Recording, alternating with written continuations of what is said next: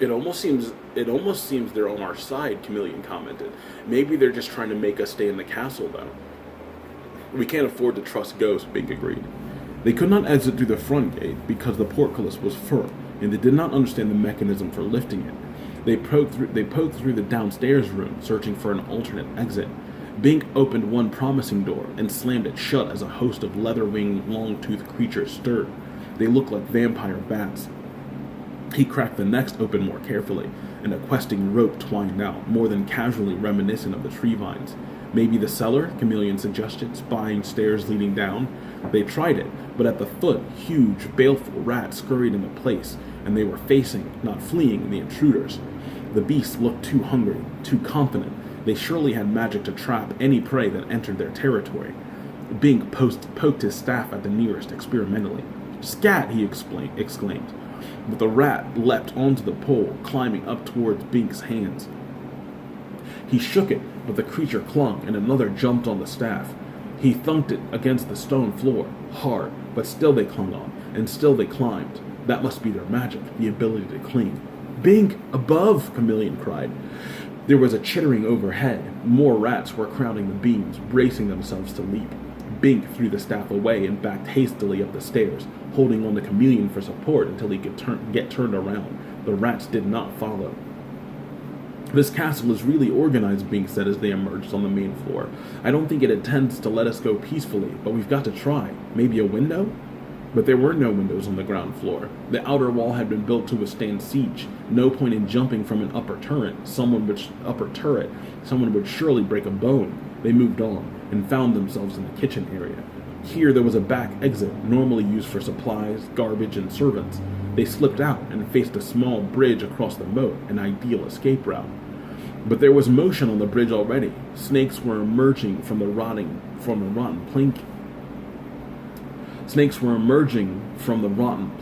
planking. Not healthy, normal reptiles, but tattered, discolored things whose bones showed through oozing gaps in the sagging flesh. "Those are zombie snakes!" Chameleon cried with genuine horror. "Wake from the dead!"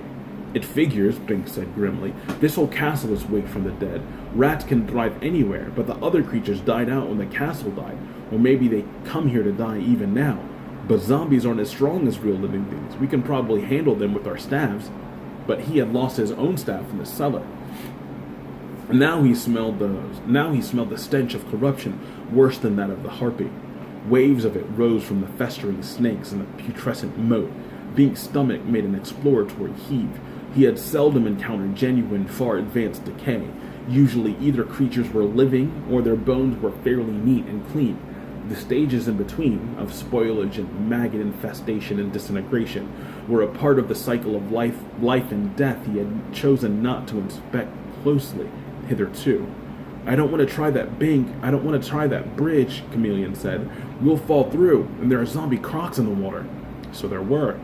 Big reptiles threshing the slimy surface with leather-covered bones, their worm-eaten eyes gazing up. "Maybe a boat," Bing said, "or a raft." Even if it weren't rotten and filled with zombie bugs, it would... Well, look at the water. He looked. Now came the worst of all. Look across the water. He looked. Now came the worst of all. Walking jerkily along the far bank of the moat, human zombies, some mummified, others hardly more than animate skeletons. Bink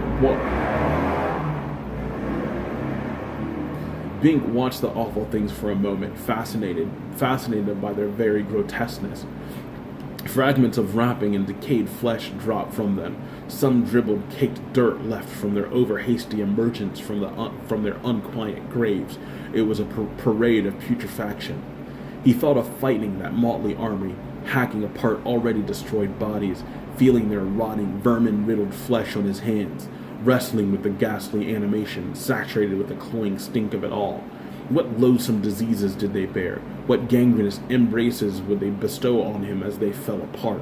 What possible attack would make these moldering dead lie down again? The spell-driven things were closing in, coming across the ragged bridge. Surely this was even worse for the zombies, for they could not voluntarily have roused themselves. They could not retire to the pleasant seclusion of the castle interior, to be pressed into service in this state, instead of remaining in the bliss of oblivion. I don't think I'm ready to leave yet, Bink said. No, Chameleon agreed, her face somewhat green. Not this way. And the zombies halted, giving Bink and Chameleon time to re-enter Castle Rugna.